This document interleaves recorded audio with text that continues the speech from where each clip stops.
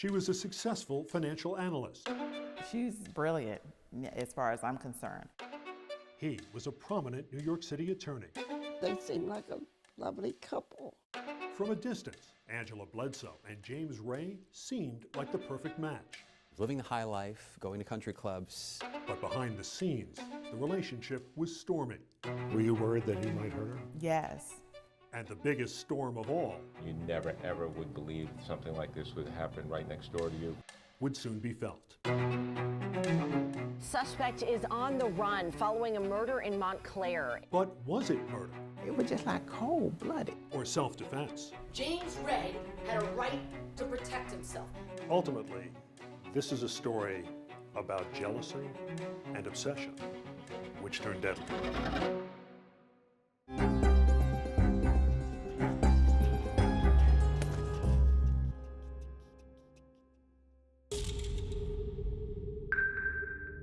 Montclair Police, Inspector Ritchie. On October 22nd, 2018, Robert Ray called Montclair Police. Something horrible, I think, has happened at my brother's house. He's worried that his brother did something terrible. What happened?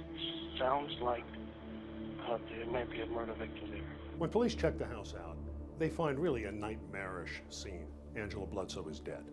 James Ray is nowhere to be found, and neither is the couple's young daughter. Do you remember getting the news? I remember exactly that day. He said, Angela is dead. Oh, boy. I think I yelled out and nothing came out. Nothing came out. So who was Angela Bledsoe? And how did a life filled with so much promise come to such a tragic and violent end? To understand who Angela Bledsoe was, it helps to go back to the very beginning. She did not give us an ounce of a problem. Angela Michelle Bledsoe was born in Prince George's County, Maryland. Looking at her, she seemed very, very happy. She was the youngest daughter of Ray and Gaynell Bledsoe. In school, she got basically all A's and B's. Well-liked, popular. And if there was one quality that set her apart, even as a young child, it was her independence. She was the only daughter that would challenge me. And I appreciate it because I had to take a look at myself. And I said to myself, maybe she's right. Was there ever any doubt in your mind that she was going to be successful? No, there was no doubt. After Angela graduates from high school, she goes to Florida A&M University to study business. When Angela graduated, she had 11 job offers from various financial institutions. I mean, she was high in demand. She gets a job as a financial planner, and she becomes very successful in that field. At a relatively young age, she's able to buy a brownstone in Brooklyn. And we were very, very proud of her. A very independent person. And that's when she meets James Ray. Former Marine, former NYPD cop, and had become a successful attorney living in Montclair. Great resume, right? They were both very successful. They could afford the best of everything. And they have a daughter. So from a distance, this was the kind of couple other couples might envy. The first time that I met him, they were dancing together. And when I looked, I was like, oh, they look like a really nice couple. They were cute, they were happy. He swung her around and, you know, they were just having a good time. Up close, it didn't look so nice.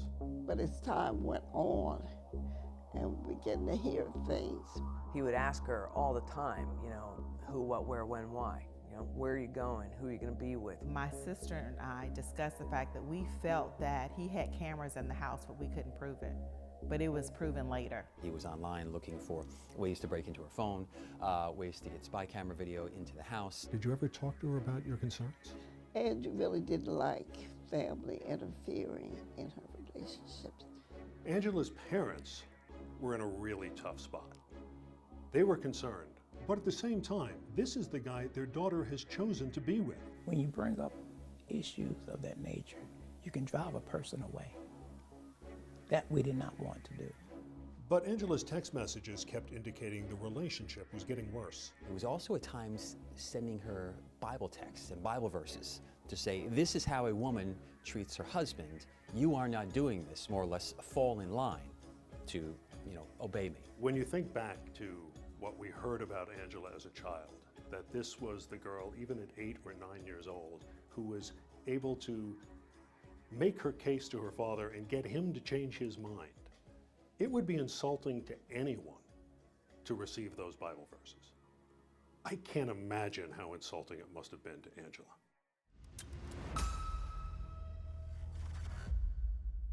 One morning, Angela wakes up and James is sitting on the edge of her bed, just glaring at her. When she woke up and he was watching her, I had chills, and that's when I just, in large caps, get out, because I didn't feel that she was safe. And for the first time, Angela says, I'm going to get out. It was clear that Angela had made plans to move on from the relationship. She wanted out. She wanted out. And he didn't want her to leave. He did not want her to leave, and in particular, he did not want her to leave and take their minor child with her. Ideally, she wanted to relocate to Florida, but because of the Jersey laws, you cannot take a child without the permission of the other parent.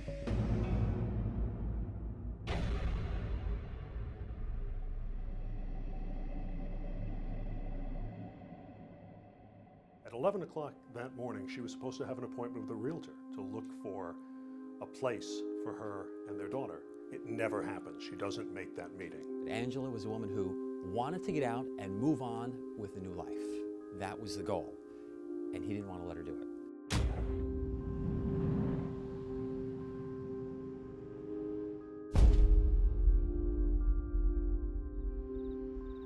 The meeting at the steakhouse in Piscataway is unsettling, to say the least. At one point, Robert asks James what's going on, and James says, everyone will know in 24 hours. He packed two suitcases for his daughter. James just says, take care of our daughter. And he hands his daughter over to Robert, who didn't really know her very well. So he handed off his daughter and walked away into the evening without anything said.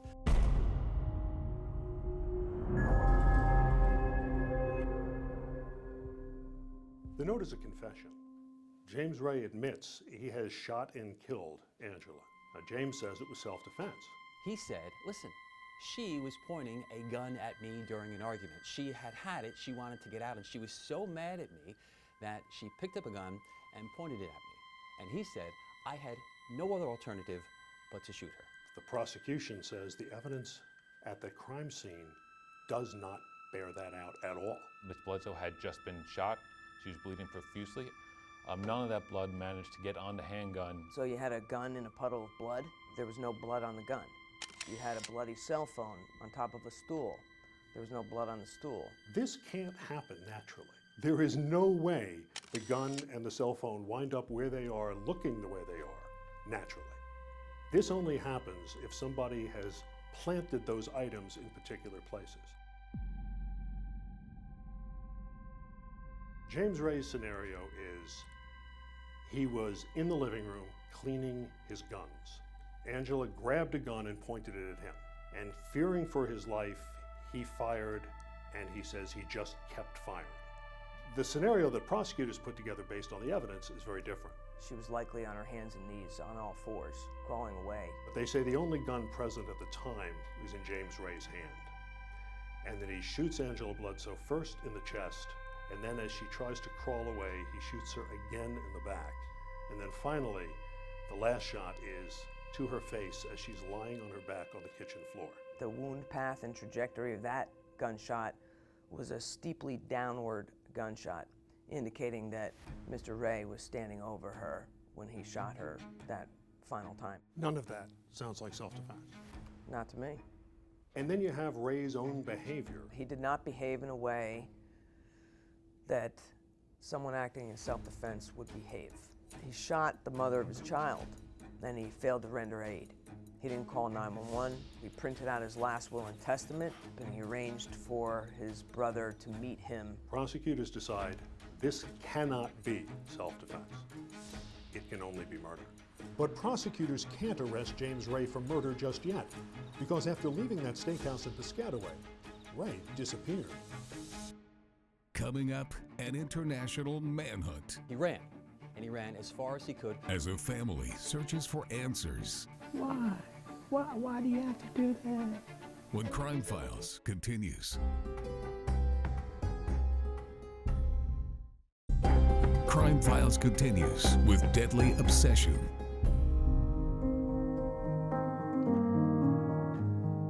It's October 2018, and the storybook romance between Angela Bledsoe and James Ray They looked like they were happy. has come to a violent end. Angela was a woman who wanted to get out and move on with a new life, and he didn't want to let her do it. Now Angela is dead, shot to death inside their home, and James Ray is nowhere to be found. Seeking and getting justice took a long time. Nothing that James Ray does after this shooting is what you would expect an innocent man to do. Right off the bat, he doesn't call 911. And then on top of it, he goes on the run. Prosecutors discover Ray's car in a parking garage at Newark Airport. But investigators quickly realize he did not get on board a plane. Instead, they say he took a taxi to Philadelphia, then hitchhiked to Ohio, Tennessee, and Texas, where he crossed the border into Mexico and then boarded a plane for Cuba. He ran, and he ran as far as he could to a place where he thought might be friendly, where he would never be extradited. And of all places, you pick Cuba. Yeah, he thought this out. But in Havana, Ray's desperate attempt to escape justice would come to an end. Ultimately, we were able to track down and arrest James Ray and hold him accountable. It is a very strange document, to say the least. First night in Havana. With little money available, Jack had to adopt a survivor's mentality. At times, he's talking about what he's doing in his life on the run, but he's also using pseudonyms. He refers to himself as Jack. But the one thing that he really hammers home is a very detailed description of how he says he shot and killed Angela. I quickly picked up one of the weapons on the table and then fired in Angela's direction. I honestly believed there was no other choice, that she would have shot first. So that, years later, is going to be what we see and hear at trial. He's now locked into that defense. This is a case of self-defense. Nothing more, nothing less. This was not a man acting in self-defense, but rather a man with murder on his mind. On one hand, the prosecution's case is very strong. They have a lot of forensic evidence, but there's one key thing that's missing. No eyewitnesses. That's a fact. It was just his word against hers, and unfortunately, she can't take the stand in her own defense. So how do prosecutors work around that? And the answer is they really lean heavy into the science. While Angela Bledsoe wasn't here to speak for herself, she certainly left behind a trail of evidence. One of the biggest parts of this case was just looking at the photos for the jury of the crime scene. And it became very obvious that this was a staged crime scene. There was a gun found by Angela sitting on a pool of blood, but there was no blood on the gun. Angela's cell phone had blood on it, but it was sitting on a stool that was completely clean. So he manipulated that crime scene and he staged that crime scene, and it became very evident very quickly. Is he providing you any answers at all? No. Robert Ray is a very effective witness, first and foremost because he clearly doesn't want to be there.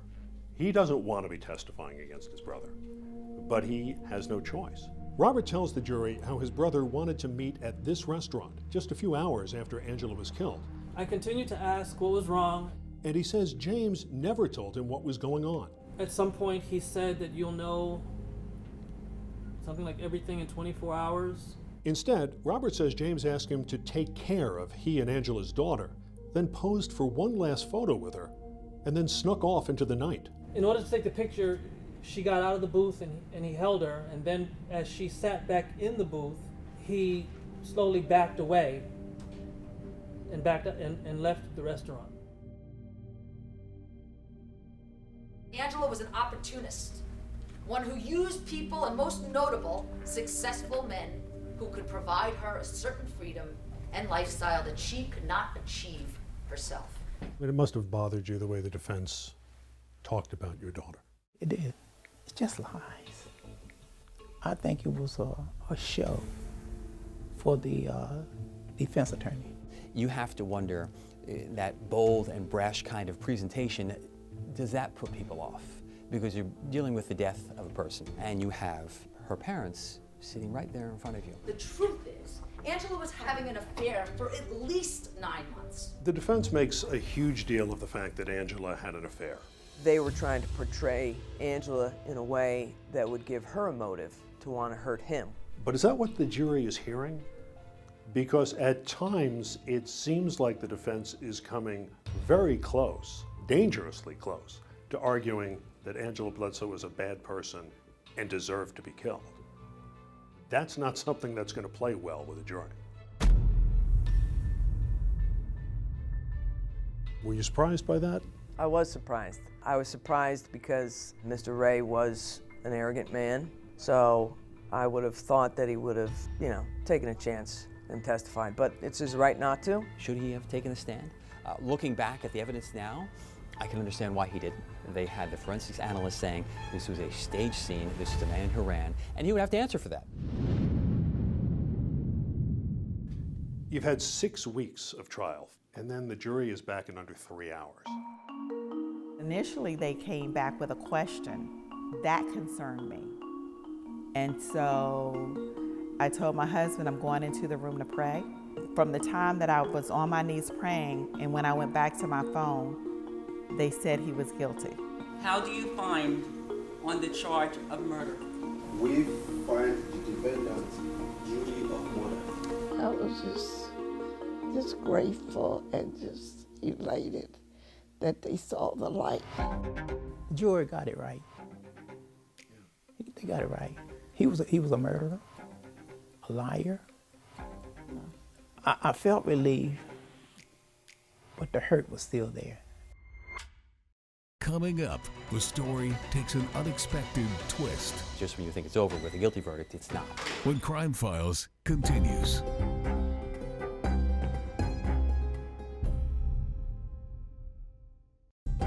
Crime Files continues with Deadly Obsession.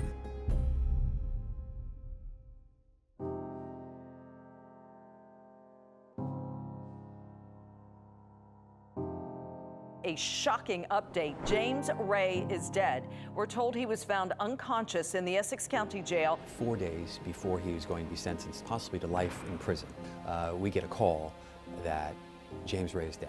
It appears that he took his own life. And it appears that he committed suicide on Father's Day. We see it's no coincidence. He's leaving everybody at a very calculated time. To Angela's family, this is one final example of the way James Ray wanted to control people. Every Father's Day, they have to remember what you did. So it was controlled down to that date of death. I think in all ways, everything he wanted to control till the end.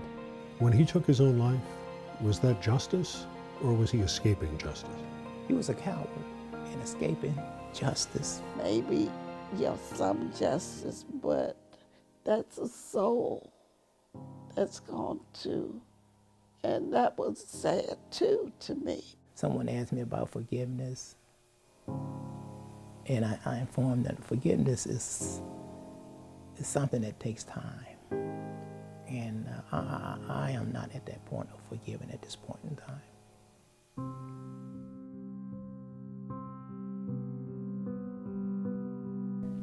My niece, she's a very smart young lady.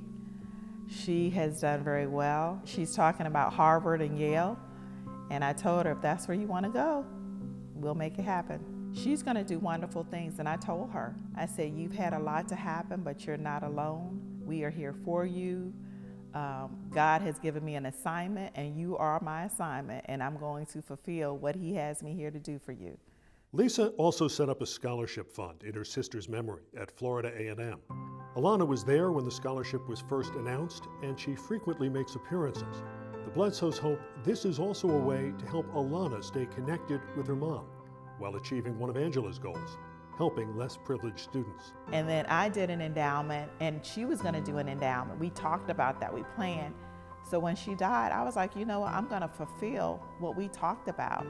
And within a year, we had it fully funded. Our goal was $100,000. We raised $130,000, and we're not finished. How important is it to you guys that even after her death, Angela is helping other young people? Very important. because that was her life. That was what she loved doing. And she loved the school. Florida A&M has an eternal flame on the campus. And the school put a plaque dedicated to Angela at that flame. Generations of students now will go to the school. Some will receive the Angela Bledsoe Scholarship, and they will find out who she was. Because I don't want people to remember how she died. I want them to remember how she lived and what she did and what she stood for.